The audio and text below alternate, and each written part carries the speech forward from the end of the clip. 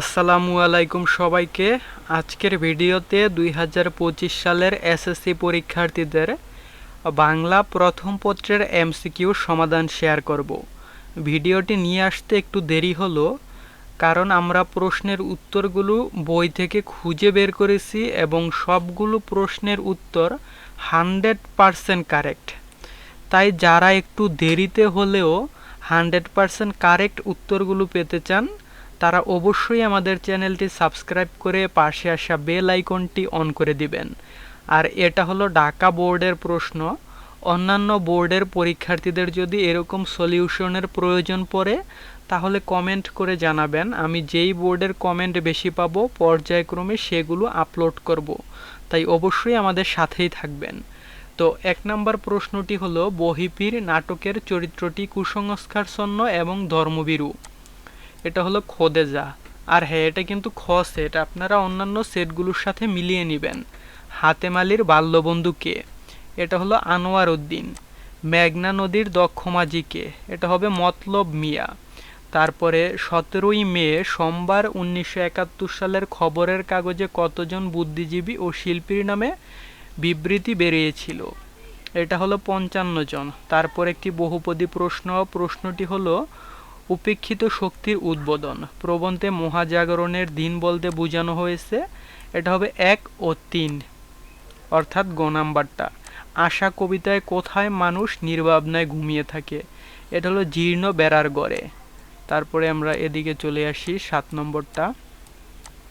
7 নম্বরটার সঠিক উত্তর হবে খ, আমি রাজা নই, সম্রাট নই, মানুষের প্রভু নই।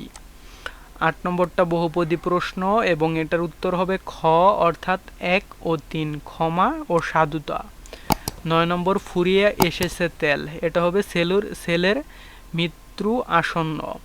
তারপরে 10 নাম্বার হলো, আমাদের স্কুল কলেজের ছেলেমেয়েরা বই পড়ে কিভাবে? এটা হলো বাধ্য হয়ে।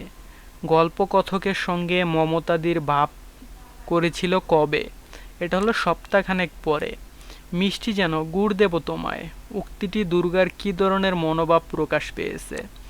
এটা হলো ক্ষোভ। তারপরে 13 নম্বরে হলো, শিক্ষা মানুষকে কোথায় পৌঁছে দেয়? এটা হলো মনুষ্যত্ব লোকে। বন্ধুরা, আপনারা যদি এখনও আমাদের চ্যানেলটি সাবস্ক্রাইব করে না থাকেন তাহলে প্লিজ চ্যানেলটি সাবস্ক্রাইব করে পাশে আসা বেল আইকনটি অন করে দিবেন। আর অবশ্যই ভিডিওটিতে একটি লাইক দিয়ে দিবেন আর আপনাদের বন্ধুদের সাথে শেয়ার করবেন। 14 নম্বরে, মহাবিদ্রোহ রণক্লান্ত আমি সেই দিন হব শান্ত। এটার সঠিক উত্তর হবে শাহাবুদ্দিন। 15 নম্বরে, মাতা পিতা সহ ক্রমে বঙ্গে বসতি কবিতায় চরণে প্রকাশ পেয়েছে 1 ও 2। তারপরে 16 নম্বর, সেই দিন এই মাঠ কবিতায় কবির ভাবনায় কি প্রকাশ পেয়েছে? প্রাকৃতির চিত্রকালীন সৌন্দর্য। দ্বারা শব্দটির দ্বারা কি বোঝানো হয়েছে? এটা হলো স্ত্রী। তারপরে একটি উদ্দীপক রয়েছে। উদ্দীপকটি হলো, লেখক কখনো কখনো ছোট আকারে সাহিত্য রচনা করেন, এতে জীবনের পূর্ণ ছবি দেখতে পাওয়া যায় না। এমন রচনায় জীবনের ছোট ঘটনার রস নিবিড় হয়ে পাঠক মুগ্ধ করে। এটা হলো ছোট গল্প। তারপরে উক্ত সাহিত্যের আলোচ্য বিষয়। এটা হলো 1 ও 2। তারপরে পাহাড়পুর বৌদ্ধবিহার কোন জেলায় অবস্থিত? এটা হলো নওগাঁ। তারপরে সহায় সম্পদ বল সকলেই গুচায় কাল এই পতঙ্গ। এটার সঠিক উত্তর হবে ক্ষমতাকে। তারপরে শতৎ শব্দের অর্থ কী? এটা হলো সর্বদা। মসজিদ মন্দিরের সকল দুয়ার কারা তালা লাগিয়েছে? এটা হলো মোল্লা পুরোহিত। তারপরে আমরা যদি 24 নম্বরে চলে যাই, আপনি যদি এখনও আমার চ্যানেলটি সাবস্ক্রাইব করে না থাকেন তাহলে প্লিজ সাবস্ক্রাইব করে দিবেন। 24 নম্বরের সঠিক উত্তর হবে হাশেম। 25 নম্বরের 1 ও 3। 26 নম্বরে মতিউরের।